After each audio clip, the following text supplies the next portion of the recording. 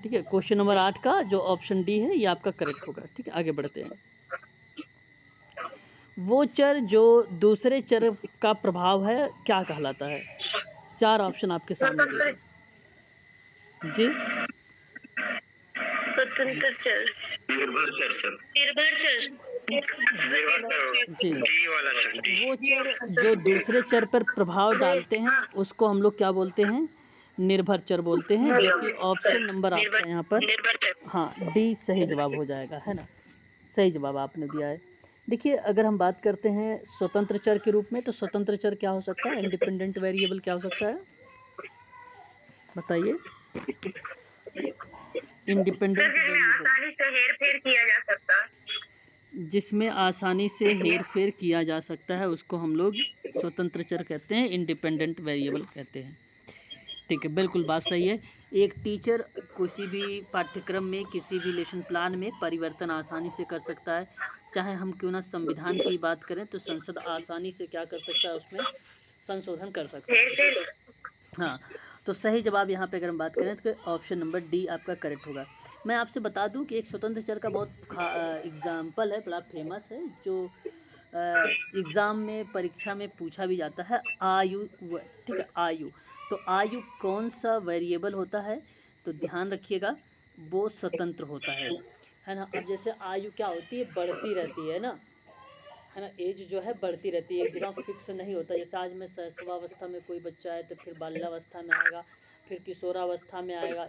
जहाँ पे आपको लगे, कोई भी जब से प्रश्न, जब सवाल बनेगा ना, तो केवल आपके विचारों पर आधारित होगा। आप उसको सोचना पड़ेगा आपको कि क्या मैं उसमें बदल सकता है। जैसे आयु बढ़ती रहती है, कुछ चीज़ें होती हैं फिक्स होती हैं, वो बदलती नहीं रहती हैं, बढ़ती नहीं रहती हैं, तो ऐसे में वो निर्भर होता है। ठीक है, और आश्रित चर को समझा जाने वाला चर प्रभाव ही है, एक प्रकार से वो डालता है। और जो नाम मात्र चर होता है, जिसमें विशेष विशेषताओं का प्रयोग किया जाता है, जैसे नाम की बात हो, लेबल की बात हो, या उसका क्लासिफिकेशन करने की बात हो। क्या हो रहा भाई? म्यूट हो जाइए प्लीज। अगर नहीं क्लास लेना है तो लेफ्ट हो जाइए भाई, है ना, और बच्चों को डिस्टर्ब मत करो, है ना। मुझे भी डिस्टर्ब होना शुरू हो जाता हूँ मैं भी, है ना।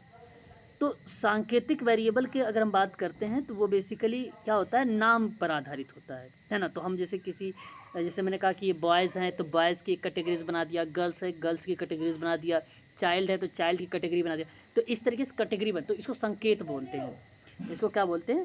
संकेत बोलते हैं हम। ठीक है, लेकिन जब बात आती है मध्यवर्ती में, तो जैसे मैंने क्या बोला, मैंने कहा कि अगर मान लीजिए कॉफ़ी पीने से, ठीक है, एक तो कॉफ़ी हो गया, और कॉफ़ी पीने से भाई क्या होती है? नींद जो है, सॉरी, नींद भाग जाती है ना, या चाय पीने से नींद भाग जाती है।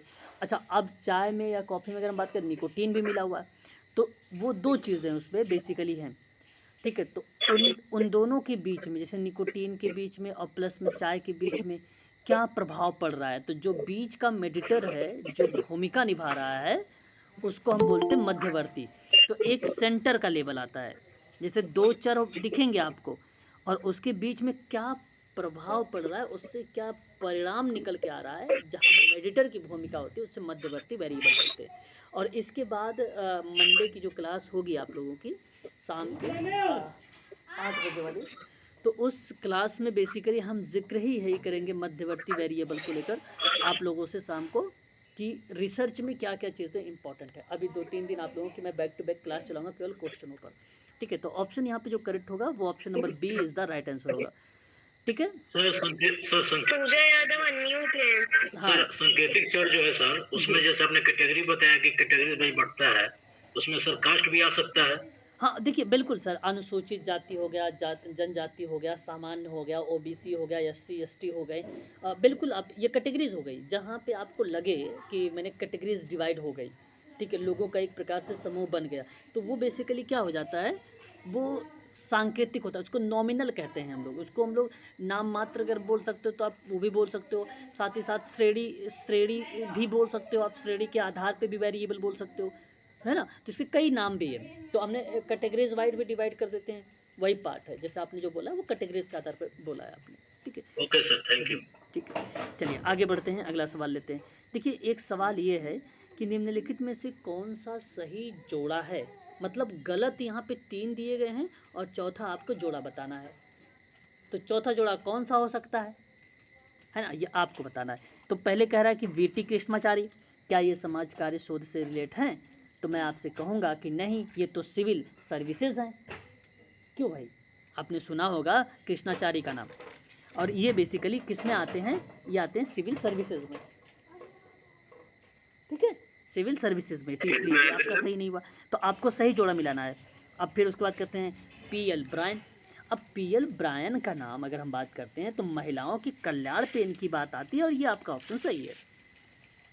यूनिट नंबर 9 में आपको अलग अलग विद्वान जैसे जीरो बिल्लो मोरिया का नाम मिलेगा आपको, है ना, और भी कुछ महिलाओं के नाम मिलेंगे, सुनीता का नाम मिलेगा जो मध्य प्रदेश की रहने वाली हैं, है ना, उनका नाम मिलेगा। ये सोशल वर्क में आते हैं, यूनिट नंबर 9 में आपको देखने को मिलेगा, ठीक है, महिलाओं के संबंध में। फिर उसके बाद हम बात करते हैं रविंद्रनाथ टैगोर के बारे में। क्या रविंद्रनाथ टैगोर भारत में सामुदायिक विकास के कार्यक्रम में आते हैं? नहीं, ये तो एक प्रकार से पोएट हैं, या मैं आपसे ये कह लीजिए कि एक प्रकार से ये कवि हैं, तो इसमें तो इनका नाम ही नहीं आता, इसलिए ये भी गलत हो गया। SKD की बात कर देते हैं हम लोग। SKD सुरेंद्र कुमार देव। अब सुरेंद्र कुमार देव का जो नाम है वो बेसिकली कह रहा है कि बाल कल्याण में मिलता है, बिल्कुल गलत है।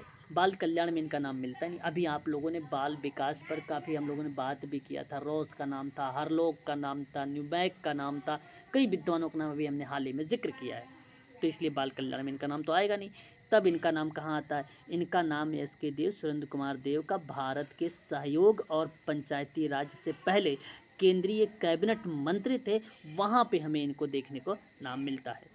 तो एक प्रकार से पंचायती राज आप यहाँ पे कह सकते हो, है ना। तो SK देव वगैरह के बारे में जब आप पढ़ेंगे थोड़ा सा, जैसे इटावा पायलट प्रोजेक्ट योजना है, और भी कुछ योजनाएं चलाई गई हैं, गुड़गांव योजना चलाई गई हैं, ठीक है, फिरका योजना चलाई गई हैं, उन जगहों पर आप लोगों को SK देव का भी नाम देखने को मिलेगा, ठीक है। चलिए आगे बढ़ते हैं। Question number 11। प्रश्न ये कहा आपसे 11 में कि निम्नलिखित में से उसके प्रारंभ होने का वर्ष स्पष्ट करना है आपको, मतलब वो चीज़ें बतानी है आपको कि जो सही तरीके से मैच कर रहा हो।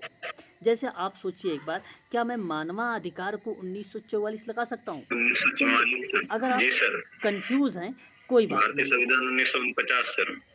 बाल अधिकार अभिस्मरण ये 1959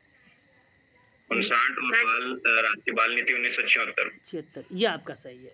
आपने जो मैच किया है अभी अभी, ये आपको सही। तो मैं आपको बताऊँ तो सबसे पहले ना जो वो चीज़ें होती हैं जिसको बोलते हैं सिंपल वर्ड, तो सिंपल वर्ड को पकड़िए और उससे आप लगाने का प्रयास करें सभी लोग। और यहाँ पे आपने सही मैच किया है। तो मैच यहाँ पर जो ऑप्शन होगा 2 होगा, फिर 1 होगा, फिर 4 होगा, फिर 3 होगा। तो 2 1 4 3, 2 1 4 3, 2 1 4 3, 2 1 4 3। क्या आप ऑप्शन सी को लगाना पसंद ऑप्शन करेंगे? सी। बिल्कुल, ऑप्शन आपका सी करेक्ट रहेगा। अगला सवाल लेते हैं, और अगला सवाल हमारे सामने ये रहा, आ गया क्वेश्चन नंबर 12। पहले हमें प्रश्न को बहुत ध्यान से पढ़ना है, ठीक है। प्रश्न आपके सामने, अहिंसा बौद्ध सिद्धांत का सार तत्व है, क्या इस बात से आप स्पष्ट कहें या सही है सर, बिल्कुल सही, बिल्कुल सत्य आप अगर कह रहे हैं तो मैं भी इस बात से दोनों सही है। फिर कहता है कि शांति और जो समरसत्ता है बनाए रखने के लिए बौद्ध दर्शन का अनुसरण किया जा सकता है, और ये भी बात सत्य है। तो मैं कहूँगा कि दोनों बात सत्य है, इसलिए ऑप्शन नंबर आप डी को लगाए।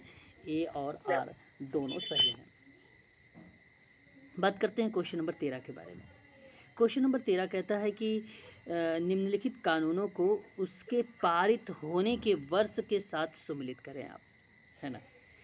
अब आपके सामने यहाँ पे 4 पॉइंट्स दिए गए हैं, है ना। तो मैं आपसे बताना चाहूँगा कि एक तरफ आपको बाल विवाह निरोध अधिनियम दिया गया है, ठीक है। दूसरी तरफ अगर मैं बात करूँ तो किशोर न्याय अधिनियम दिया गया है। तीसरी तरफ कारखाना अधिनियम दिया गया है। चौथी तरफ सहकारी समिति का अधिनियम दिया गया है। 4 ऑप्शन इस तरीके से दिए गए हैं। अब आपको मैच करना है, तो बताइए जरा एक बार, बाल विवाह निरोध अधिनियम किस चीज़ को रिप्रेजेंट करेगा? क्या 1929? फिर आपको किशोर न्याय 1986 रिप्रेजेंट करेगा। कारखाना अधिनियम 1949,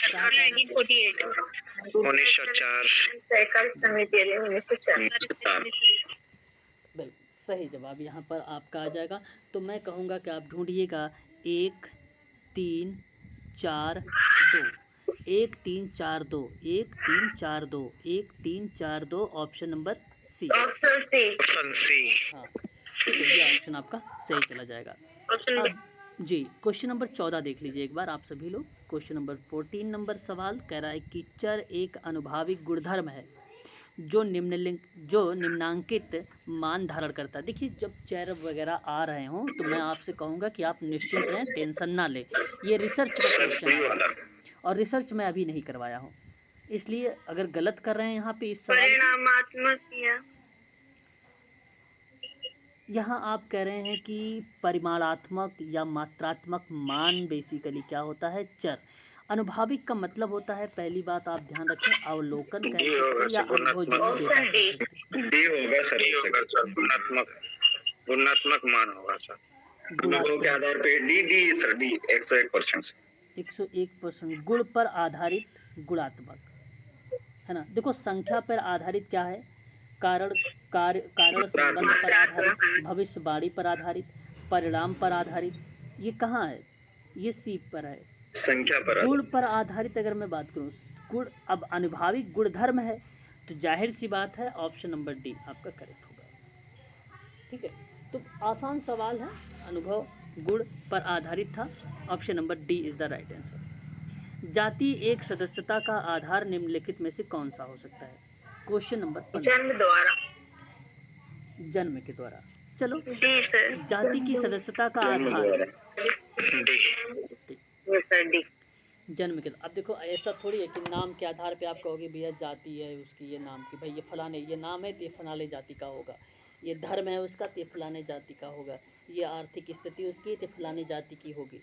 आजकल नाम, धर्म और आर्थिक के आधार पे आप किसी की जाति की सदस्यता नहीं पहचान सकते हो, है कि नहीं, बात समझ में आ रही है। तो यहाँ पर जाति की जो सदस्यता का आधार है उसकी आइडेंटिफिकेशन आप जन्म के द्वारा ही मिल जाती है और आप जन्म के आधार पे ही कर सकते हो। ठीक है, क्वेश्चन नंबर अगला सवाल हमारे सामने यहाँ पर देखिए, मानव विकास की अवस्थाओं का सही क्रम बताना है। और मैं आपको बता दूं कि मानव विकास की अवस्थाओं पे शायद हम लोगों ने पढ़ चुके हैं सिगमंड फ्राइड की। अब देखिए मैं कह रहा हूँ आप लोगों से कि पहली अवस्था तो मौखिक है, ये बात सही है, लेकिन दूसरा लैंगिक कर दिया जो कि दूसरा गुदावस्था है, इसलिए इसको नहीं होगा ये। फिर दूसरा ऑप्शन की बात करते हैं, मौखिक अवस्था है, दूसरा जन्नांगी, इसलिए ये भी नहीं होगा।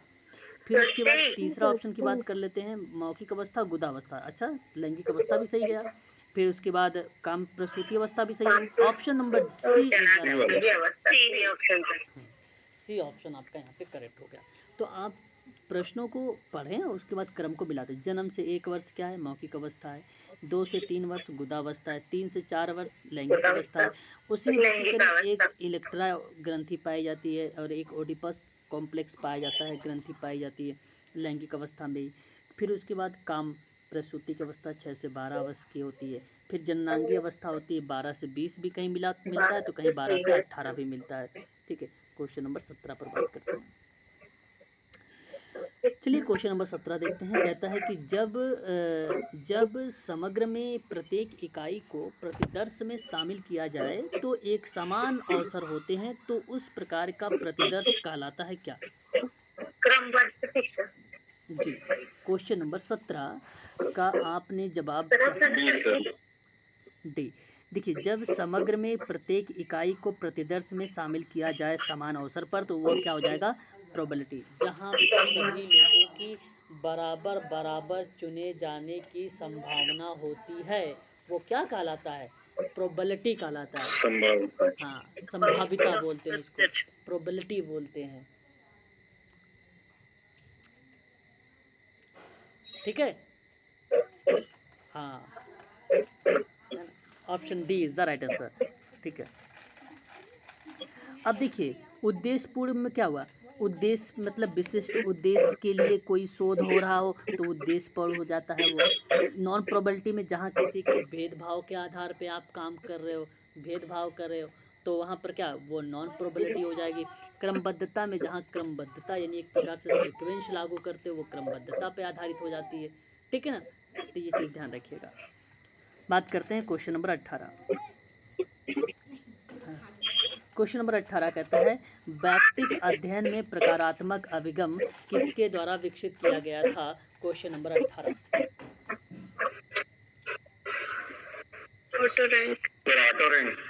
क्वेश्चन नंबर 18 में बेसिकली सी ऑप्शन आपका करेक्ट हो जाएगा। और सही जी, ऑप्शन आपका जो है वो सी ही करेक्ट होगा। अब ध्यान सुनिए, जैसे ट्राप ने डेवलप पे बात किया उसके बढ़ावा को लेकर, लेकिन अगर मैं आप लोगों से बात करूं गाल्टन हैमिल्टन के बारे में, तो theory of social case work के बारे में बताया, थ्योरी ऑफ प्रैक्टिस के बारे में इसी ने बात किया, इसी ने समस्या समाज चिकित्सा को लेकर भी बात किया, है ना। थ्योरी रिसर्च में भी ट्रेनिंग पर लेकर बात किया इसी ने, ठीक है। कई जगह पर इसके जो नाम है गाल्टन हैमिल्टन को हमें देखने को मिले थे, ठीक है। ओमेन को लेकर ओमेन एडजस्टमेंट अगर हम बात करें as a positive of view को लेकर, तो वो बेसिकली जस्टिस ट्राफ्ट को लेकर था, है ना। जस्टिस ट्राफ्ट ने ही कार्यात्मक केस वर्क में आगे बढ़ाने की बात किया। फैमिली केस वर्क की अगर हम बात करते हैं तब भी जस्टिस ट्राफ्ट का ही नाम आता है कि नहीं। फैमिली अगर हम बात करते हैं केस वर्क की तब। ऑटो रैंक बेसिकली अगर हम बात करते हैं व्यक्तिगत अध्ययन में प्रकारात्मक अभिगम के जनक भी इन्हीं को कहा जाता है। और साथ ही साथ इन्होंने एक विल थेरेपी दिया था, याद होगा आपको, विल थेरेपी इन्हीं के द्वारा दी गई थी, ठीक है। और गेसल कोनोफ्का की बात करते हैं, गेसल कोनोफ्का महोदय बहुत फेमस पर्सन है ना। और आपको पता होना चाहिए कि इन्होंने सोशल ग्रुप वर्क पर बात किया है। और एक बहुत फेमस इनकी किताब आई थी सन 1971 में, जो परीक्षा में कई बार आ चुका है, आ हेल्पिंग प्रोसेस। साहस स्नेह को लेकर बात करने वाले कोई विद्वान था तो भी गेसल कोनोफ्का का ही नाम आता था, ठीक है। तो ये चीज़ भी आप लोगों को ध्यान रखना होगा। यहाँ सही जवाब 18 का सी इज़ द राइट आंसर होगा। बात समझ में आ रही है ना? आ रही है सर। ओके, अब देखिए जी सर। मैं आप लोगों से अब्राहम मैस्लो के बारे में बात, देखो आवश्यकता का ये पदानुक्रम है। एक आवश्यकता को बेसिकली जैविकता के आधार पे बताने वाला विद्वान था, वो था मैलिनोवस्की, जो उसने 7 स्टेप दिए थे, यानी 7 चीज़ों की बात किया था कि 7 चीज़ें मनुष्य के लिए नीड होती है। और उन्होंने ये भी बताया था कि भैया की कार्यात्मकता जो चीज़ें होती है वो एक साधन के रूप में होती है, ठीक है। तो वो चीज़ें थी, लेकिन यहाँ बात है मैस्लो का। अब मैस्लो का जो पिरामिड था, उन पिरामिड को ध्यान रखिएगा। पहले भौतिक आवश्यकता थी, फिर दूसरा सुरक्षा की आवश्यकता थी, तीसरा सामाजिक आवश्यकता थी, चौथा आत्मसम्मान का था, पांचवा क्या था, आत्म प्रत्यक्षीकरण था। और सही जवाब यहाँ पर option number A he correct होगा जी, ऑप्शन पहला सही है। क्वेश्चन नंबर 20 पे आते हैं। क्वेश्चन नंबर 20 हमारे सामने कह रहा है सामाजिक समूह कार्य में कार्यक्षेत्र नियोजन निम्न को लेकर विकसित होना चाहिए। बात सही है, बताइए। तो क्या मैं इस बात को किस ऑप्शन से मैच करना उचित समझूंगा? ए सर। जो सामाजिक समूह कार्य है उसमें कार्यक्रम नियोजन को लेकर समूह के सदस्यों की आवश्यकताओं और अभिरुचियों को लेकर विकसित होना चाहिए। और सही जवाब ऑप्शन नंबर ए ही आपका करेक्ट होगा, ठीक है। क्वेश्चन नंबर 21 देखिए, शिक्षा का अधिकार इस बात का प्रावधान करता है कि प्रत्येक बच्चे को शिक्षा पाने का अधिकार है। क्या ये बात सत्य है? जी सर, करेक्ट, ठीक है, ये बात करेक्ट है। दूसरी बात मुझे बताइए कि निजी विद्यालय भी निर्धन बच्चों को शिक्षा देने के लिए जिम्मेदार है। नहीं सर, गलत है सर। अब है सर। अच्छा, मैं आपको है सर, इसमें अगर निजी जो प्राइवेट विद्यालय हैं, क्या प्राइवेट विद्यालय भी निर्धन बच्चों को शिक्षा देने के लिए जिम्मेदार है? और जिम्मेदार का मतलब ये हुआ कि आप क्या निर्धन बच्चे आएंगे तो आप नहीं लोगे, उसको हटा दोगे? लेंगे सर, लेते हैं, सही है, लेंगे सर। गवर्नमेंट का एक ये है सर रूल यहाँ पे। मैं दिल्ली की बात करता हूँ, अदर स्टेट की तो पता नहीं मुझे। हाँ बताइए। दिल्ली में है, उत्तराखंड में भी है सर। बच्चे है ना, कोई बात नहीं, जो सर की बच्चे बात गरीब सुनते हैं हैं। सब लोग ध्यान से। सर हाँ सर बताइए।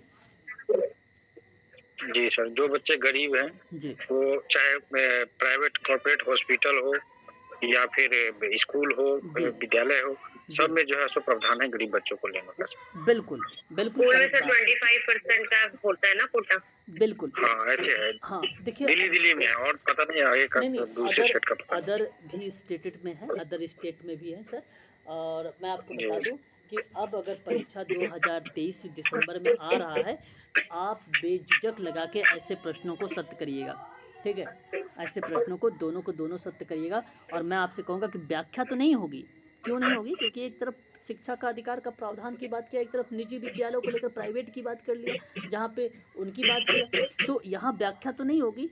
परंतु इस बात को आप लोग सभी लोग ध्यान रखिएगा कि ऑप्शन दोनों करेक्ट रहेंगे, मतलब दोनों पॉइंट आपके करेक्ट हैं, व्याख्या नहीं है। Option number A is the right answer होगा यहाँ पर, ठीक है। गलत मत कहिएगा। आगे बात करते हैं क्वेश्चन नंबर 22। मानव विकास सूचकांक मापने के लिए उपयोग की जाने वाली, देखिए मैंने भी कल ही पढ़ाया है, सूचक स्वास्थ्य शिक्षा आय, राइट या रॉन्ग? राइट है सर, राइट। सही है, करेक्ट है सर। ठीक है।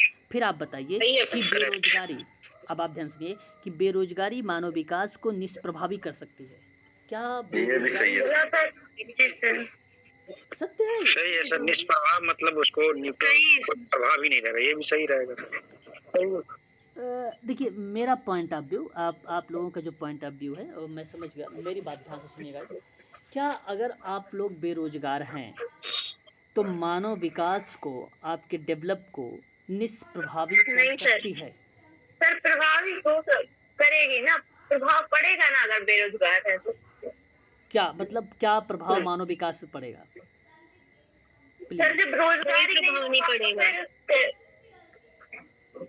निष्प्रभाव, देखिए हाँ निष्प्रभाव प्रभाव होगा। हाँ, यहाँ देखिए, यहाँ मैं आपसे दो बातें हैं, बात को समझिए। एक प्रभाव, जिसे मैंने क्या कहा, मैंने कहा प्रभाव पड़ रहा है, नेगेटिव वे में है, पॉजिटिव वे में है। हाँ, अब यहाँ पर यही मैं कहता हूँ इसमें है कि मानव के विकास में बेरोजगारी का बहुत बड़ा प्रभाव पड़ता है। ये निष्प्रभाव नहीं, कैसे निष्प्रभाव का मतलब नहीं, निष्प्रभाव, एक प्रभाव पड़ता है, मतलब प्रभाव पड़ता है, ये गलत हो जाएगा सर। हाँ बिल्कुल, बात नहीं समझ पा रहे, एक बार प्लीज आप म्यूट हो जाइए। हाँ, एक बार म्यूट हो जाएंगे सभी बच्चे, मैं ध्यान से मेरी बात को सुनिए। अगर यही प्रभाव रहता ना, हाँ प्रभाव रहता तो सही होता सर। बिल्कुल। अब निष्प्रभाव की वजह से यहाँ पे गलत हो जाएगा। विचार आप सही सोच रहे हो, लेकिन आप सभी लोग निष्प्रभाव जैसे शब्दों को फोकस नहीं कर रहे हो। निष्प्रभाव का मतलब, जैसे मैंने कहा कि बेरोजगारी मानव विकास को प्रभावी कर सकती है, तो ये बात कहते तो ठीक था भाई। यहाँ पे देखो प्रभाव, मैंने कह दिया कि निष्प्रभाव, निष्प्रभाव, और इस वजह से ये गलत हो जाएगा स्टेटमेंट आपका, और पहला सत्य हो जाएगा। मुझे उम्मीद है कि आप दोनों लोग, सभी लोग समझ रहे हैं। ऑप्शन ए आपका यहाँ पे चला जाएगा। नहीं सर, ऑप्शन कहाँ ये सर आपका ऑप्शन सी होगा जी, ऑप्शन सी होगा। आपने ऑप्शन ए बोल दिया। हाँ, ऑप्शन सी करेक्ट होगा सर, है ना, ऑप्शन सी करेक्ट होगा। अगला सवाल हमारे सामने, और इस सवाल पे हम विचार करेंगे। रोग और अस्वस्थता, प्रश्न को जब तक समझेंगे नहीं तो मज़ा नहीं आएगा। रोग और अस्वस्थता की अन्य दशाओं के घटित होने और उसके विस्तार को निर्धारित करने वाले कारकों की सतत छानबीन क्या कहलाएगी? लगातार छानबीन हो रही है। निगरानी, दो शब्द है, निगरानी, प्रहरी निगरानी। प्रहरी निगरानी कहलाएगी सर, ऑप्शन ये सही है, प्रहरी निगरानी सर। हाँ, और परीक्षा में ये प्रश्न आया भी है। आयोग ने, अगर हम बात करें तो ये सत्य भी माना है। मेडिकल सोशल वर्क के जो बच्चे हैं उत्तराखंड वाले, इस सवाल को ध्यान से समझें। देखिए, किसी विषय की योग्यता, मूल्य, महत्व का व्यवस्थित निर्धारित जब करते हैं आप ना, वो प्रहरी को रिप्रेजेंट करता है। और जब ऐसी कंडीशन में अगर आपसे कहा जाए कि जो घटनाएं घटित हो रही हैं, उन घटनाओं की आप छानबीन कर रहे हैं, चाहे वो वैल्यूज़ हो, चाहे वो मान्यता हो, चाहे वो महत्व हो, चाहे वो योग्यता हो, तो वो निगरानी का पार्ट बनता है। तो किसी ऐसे व्यक्ति को ध्यान से देखना जिससे कुछ गलत किया हो, तो वो पार्ट ऑफ निगरानी का है ना। लेकिन अगर मैं आपसे कहूँ कि जब किसी बात की या किसी चीज़ों की आप उसकी वैल्यूज़ कर रहे हो, उसका मूल्यांकन कर रहे हो, उसको आँक रहे हो, ऑब्जर्व कर रहे हो, उसके इम्पोर्टेंस की बात कर रहे हो, उसको निर्धारित कर रहे हो, तो वो मूल्यांकन है।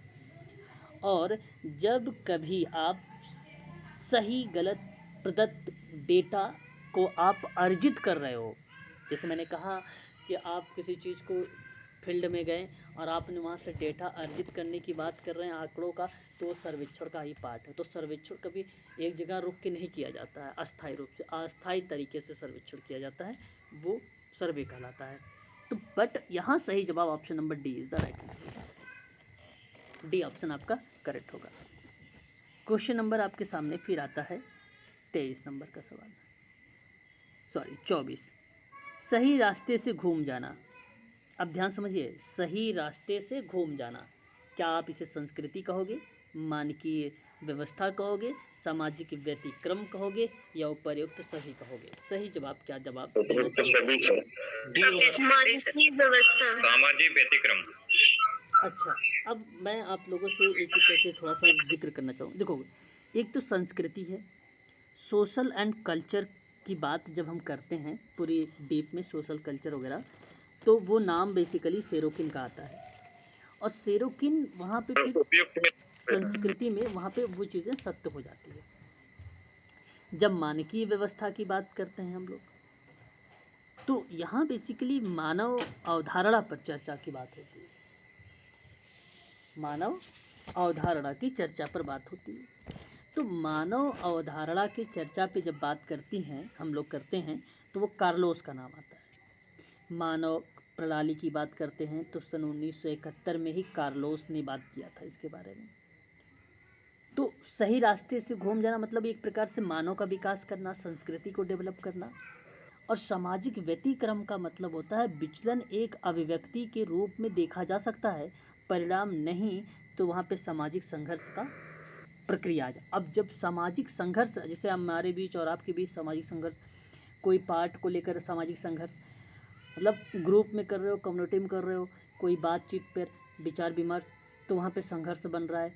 तो उस संघर्ष को जहाँ प्रतिक्रियाएं परिणाम दर्शा रही है और वो संघर्ष बन रहा है, तो वह प्रक्रिया व्यतिक्रम कहलाती है। और इस बात से आप सभी लोग सहमत होना चाहिए आप सबको कि संस्कृति और मानकीय व्यवस्था सही रास्ते से घूम जाना, मतलब एक प्रकार से ये एक स्लोगन है, सही रास्ते से घूम जाना, ये दर्शाने की कोशिश कर रहा है। तो संस्कृति और मानकीय व्यवस्था तो करेक्ट है, लेकिन व्यतिक्रम में अगर मैं बात करूँ, जब संघर्ष वाली प्रक्रिया आप सोचेंगे तो ये भी आपका करेक्ट हो जाएगा। और इसलिए ऑप्शन नंबर आपका डी सही माना, और आयोग ने भी डी को ही माना है। ऑप्शन डी ही आपका करेक्ट होगा यहाँ पे। ठीक है, अगला सवाल लेते हैं। क्वेश्चन नंबर नेक्स्ट, राष्ट्रीय महिला सशक्तिकरण नीति किस वर्ष अपनाया गया था? बड़ा आसान सा सवाल है, बता जवाब आप बताइए। 2001। D option. अच्छा, यहाँ सभी बच्चे 2001 बता रहे हैं, परंतु यहाँ सवाल ये है कि राष्ट्रीय महिला सशक्तिकरण नीति को किस वर्ष अपनाया गया था, है ना?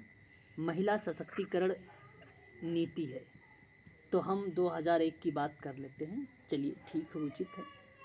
लेकिन राष्ट्रीय महिला सशक्तिकरण नीति को जो अपनाया गया था सर, वो 1986 में अपनाया गया था। ऑप्शन यहाँ पर जो जाएगा वो डी करेक्ट होगा, 1986। ठीक है, option number D is the right answer. ठीक है, 26 देखिए, समर्थनात्मक क्रिया निर्णय लेने की प्रक्रिया में कमजोर वर्गों की सहभागिता की ओर अग्रसर करता है। क्या इस बात से आप सहमत हैं कि जो सामर्थ्यात्मक क्रिया निर्णय लेने की प्रक्रिया में, डिसीजन लेने के प्रोसेस में जो कमजोर वर्ग के लोग हैं, उन वर्गों की सहभागिता की ओर अग्रसर करता है? अगर आपको सही तरीके से निर्णय आता है तो बिल्कुल इस बात से आप सभी लोग सहमत रहिएगा, और ये कथन आपका सत्य है। दूसरी बात, ये बहुत इम्पोर्टेंट क्वेश्चन है, इसको आप सभी लोग IMP के रूप में रखिएगा, रिपीट हो सकता है। और ध्यान रखिए, मैंने जिन प्रश्नों के लास्ट टाइम में बताया था रिपीट होने के लिए, आपको बता दूं कि 85% वो क्वेश्चंस रिपीट हुए हैं MP सेट में, इसलिए ध्यान से सुनिएगा। निर्णय लेने की प्रक्रिया में स्त्रियों को भाग लेने के लिए सामर्थ्यात्मक क्रिया की आवश्यकता होती है। क्या इस बात से सहमत है?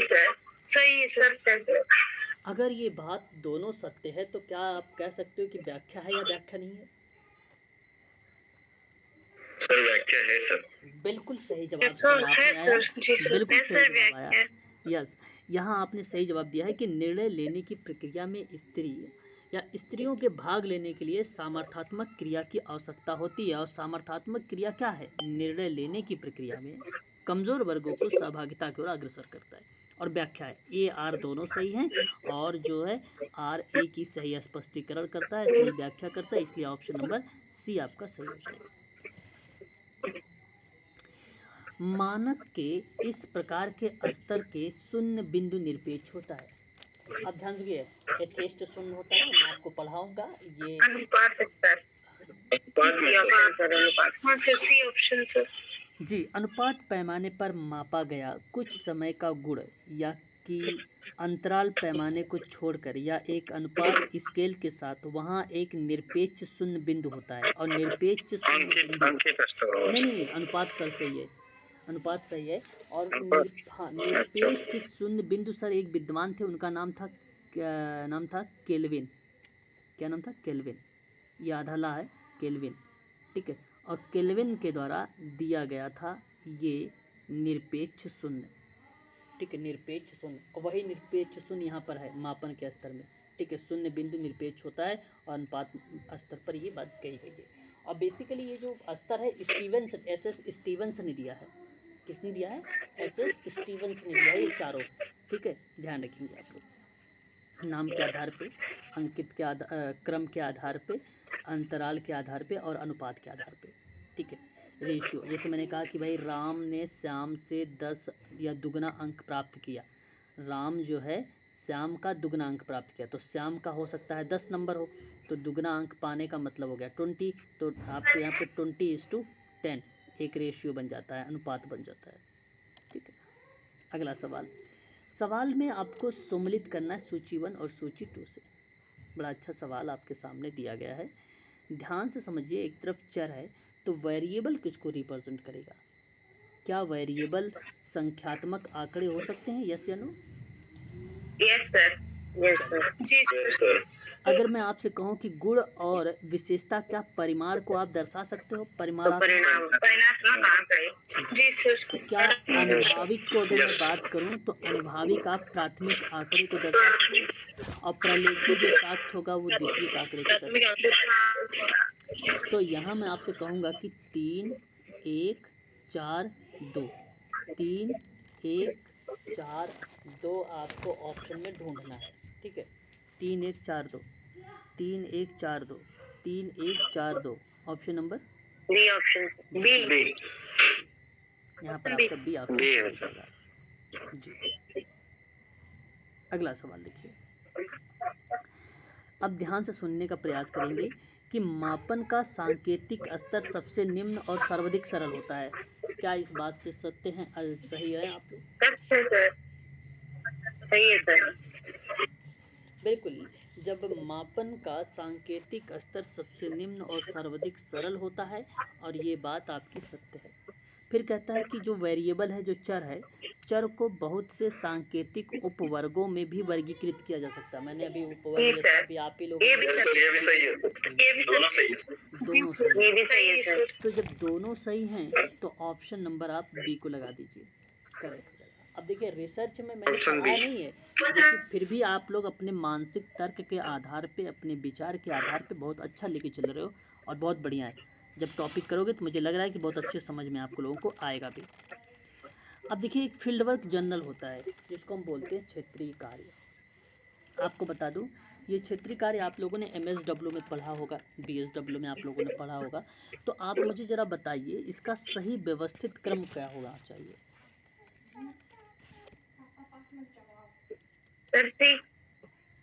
Okay, B. सर बी वाला ऑप्शन भी बता दो सर। देखिए मैं आपको बता रहा हूँ, 1 मिनट सर, अभी मैं आपको समझा रहा हूँ। यहाँ पे मैं आपको समझा रहा हूँ। एक तो देखो अभिमुखीकरण है। अभिमुखीकरण मतलब ओरिएंटेशन होता है। पहले ओरिएंटेशन आता नहीं, ओरिएंटेशन आपका पहले नहीं आ जाएगा, पहली बात ध्यान रखिएगा। अब देखिए ओरिएंटेशन पहले नहीं आने की वजह से आप डी को भी काट सकते हैं। आप डी को, ए और डी को। अब बचा आपके पास 50-50। Option B sir. Option B sir, पहले दौरा करेंगे फिर करेंगे। बिल्कुल यहाँ सही जवाब आपने दिया है। पहले जी सर, प्रक्षेपण ऑप्शन बी। दौरा, फिर ऑप्शन बी। अधिमुखीकरण, फिर ब्लॉक प्लेसमेंट, फिर समवर्ती दौरा। 110% स्क्रीनशॉट है, लेना है तो ले लीजिए। ये प्रश्न आजकल बहुत पूछे जा रहे हैं। ऑप्शन नंबर बी आपका सही है, इसका क्रम बहुत सही है। ये स्क्रीनशॉट ले लीजिएगा, क्योंकि ये मुझे लग रहा है कि ये परीक्षा में श्योर है कि पूछा जाएगा। समाजकारी मानवाधिकार व्यवसाय है, क्या इस बात से सहमत हैं कि सोशल वर्क जो है वो एक प्रकार के ह्यूमन राइट्स प्रोफेशनल के रूप में जाना जाता है? जी सर। जी सर। चलिए, जी सर। अगर आप जी इस सर, बात से सही है। सहमत है तो मैं भी सहमत हूँ और सत्य भी है। फिर कहता है तर्क कि सेवार्थी की समस्याओं का हल उसके निर्णय के अनुसार किया जाना चाहिए, क्या इस बात से आप सहमत हैं? जी सर, ये भी सही है। ये भी सही है सर। जब दोनों सही हैं तो सही है। ऑप्शन में ढूंढिए ए आर दोनों सही हैं, जो कि सी ऑप्शन सी है, सर, सी। और सी ही आपका ऑप्शन। Option C sir. हाँ, ऑप्शन सी करेक्ट है। उसके बाद अगर हम बात करते हैं क्वेश्चन नंबर 32, आपसे पूछा है कि कौन सा जोड़ा सही नहीं है, यानी गलत है। वो आपको गलत को ढूंढना है, सही तो है ही नहीं।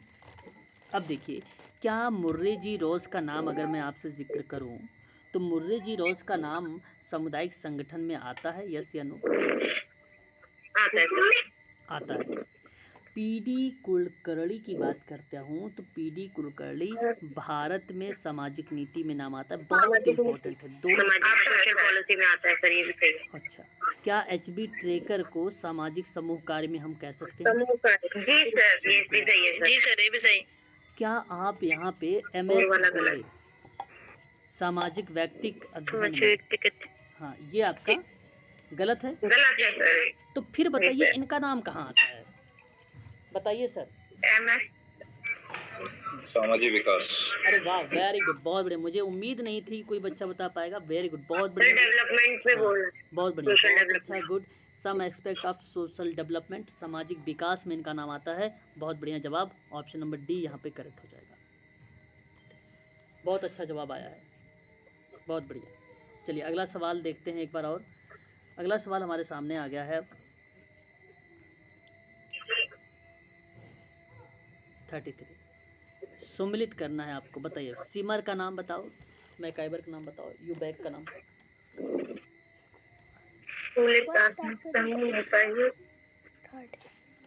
जी लो, तो सिमर का नाम किस में आना चाहिए? समूह की प्रकृति। प्रकृति, ओके। मैकाइबर पेज का नाम? समूह को संग्रहण। मनुष्य के संग्रह। मनुष्य का संग्रहण। यूबैंक नेतृत्व यूहान यूबैंक का नाम है नेतृत्व का संग्रह। नेतृत्व का खुले प्राथमिक और खुले प्राथमिक समूह। ढूंढना है यहाँ पर 3 4 2 1, यही ना। पहले 3 आएगा, फिर 4 आ जाएगा, फिर उसके बाद 1 आ जाएगा, 3 आ जाएगा पहले, फिर उसके बाद 4 आ जाएगा, फिर उसके बाद 1 आ जाएगा, फिर आपका 2 आ जाएगा। 3 4 1 2, 3 4 1 2, 3 4 1 2। 1 2 सर, ए ऑप्शन से, ए ऑप्शन। Option A. जनहित याचिका का लक्ष्य बताइए, क्वेश्चन नंबर 34। जनहित याचिका क्या बताता है? जन साधारण का संरक्षण करेगा। बिल्कुल, बहुत इंपॉर्टेंट सवाल है सोशल वर्क के स्टूडेंट के लिए। उत्तराखंड के बच्चे ध्यान रखें, जनहित याचिका है ना, ठीक है। भारत में पहली बार PN भगवती ने किया था, याद होना चाहिए आप लोगों को जनहित याचिका पर बारे में, है ना। देखिए, समाजकारी हस्तक्षेप की बात है, ये उन अवस्थाओं को क्रम में दर्शाना है आपको। तो आपको बता दूं, यहाँ जो सही जवाब जाएगा वह ऑप्शन नंबर, अगर हम बात करें तो पहले नंबर पर आपको बताऊं प्राथमिक निर्धारण होगा, दूसरा होगा आवश्यकता का आकलन, तीसरा होगा स्थिति परक विश्लेषण, चौथा होगा कार्य योजना, पांचवा होगा क्रियान्वयन। ठीक है, ये आप ध्यान रखेंगे, इम्पोर्टेंट मैंने बताया है आप लोगों को। ठीक है, इस चीज़ को आप खास कर ध्यान रखेंगे, इम्पोर्टेंट है, ठीक है। समाज कार्य हस्तक्षेप की अवस्था, ये पांचों के पांचों करेक्ट हैं। स्क्रीनशॉट लेना तो स्क्रीनशॉट ले लो, इम्पोर्टेंट क्वेश्चन है ये, क्रम यही है, ठीक है। अगला सवाल,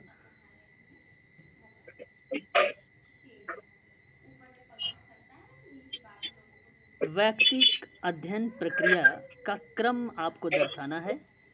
क्या यहाँ पर कहना उचित रहेगा? प्रवेश अध्ययन निदान इलाज अनुवर्तन। Option number B. B sir, B. Option B आप कह रहे हैं जी, बी आपका सही रहेगा, प्रवेश अध्ययन निदान इलाज अनुवर्तन। अनुवर्तन। अनुवर्तन को फॉलो अप कहते हैं। ऑप्शन आपका सही जाएगा यहाँ पर, B is the right answer, ठीक है। देखिए यहाँ पे CEDAW का पूरा नाम बताना, सेडा, सेडा का फुल फॉर्म क्या होना चाहिए? कन्वेंशन ऑन इम्प्लीमेंटेशन ऑफ, हाँ, कन्वेंशन और eliminations of all forms of discrimination against women. Option सही जाएगा पहला वाला ही, संयुक्त राष्ट्र महासभा द्वारा सन 1979 में इसको अपनाया गया था, ठीक है, याद रखेंगे। कुल टोटल 169 देशों का हस्ताक्षर है इस पे, और 10 मई 2000 को ये सही तरीके से लागू हो गया था। तो सही जवाब option number A he correct होगा, सेडा। सर कितने लोगों को बताया आपने? हस्ताक्षर 169।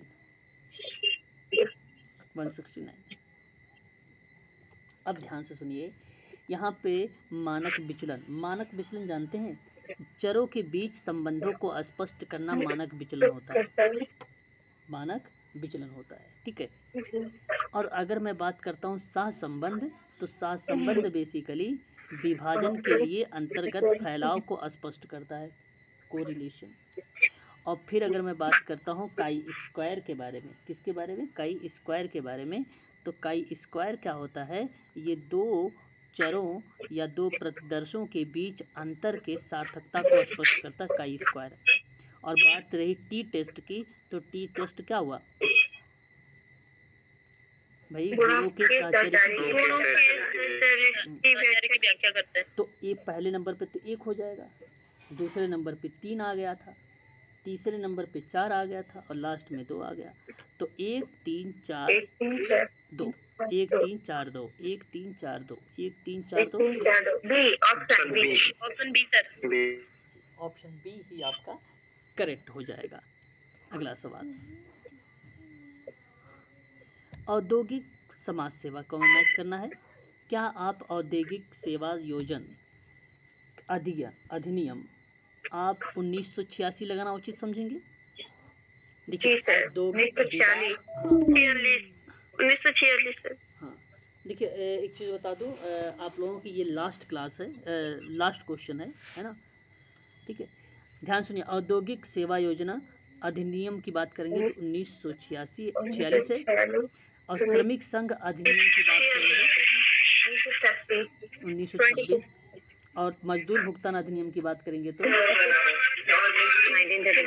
1936, और मानसिक स्वास्थ्य अधिनियम 1986। तो 4 3 2 1, है ना, 4 3 2 1, 4 3 2 1, ऑप्शन ए। ये आपका करेक्ट, ठीक है। आज के लिए इतना ही रखिए, बैटरी भी फ़ोन की चली गई है ना। अभी इसको चार्ज करेंगे और इसका वीडियो मैं अपलोड करके आप लोगों को डाल दूंगा, ठीक है।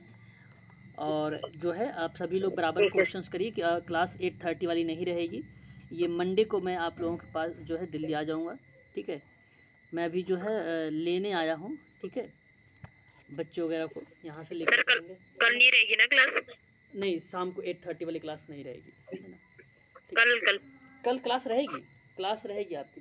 अच्छा, एक क्लास सर दोपहर वाली भी रहेगी जी, सर दोपहर वाली 2 बजे की क्लास भी रहेगी कल? नहीं रहेगी, इवनिंग टाइम इसी टाइम वाली क्लास रहेगी, है ना, दोपहर वाली क्लास नहीं रहेगी।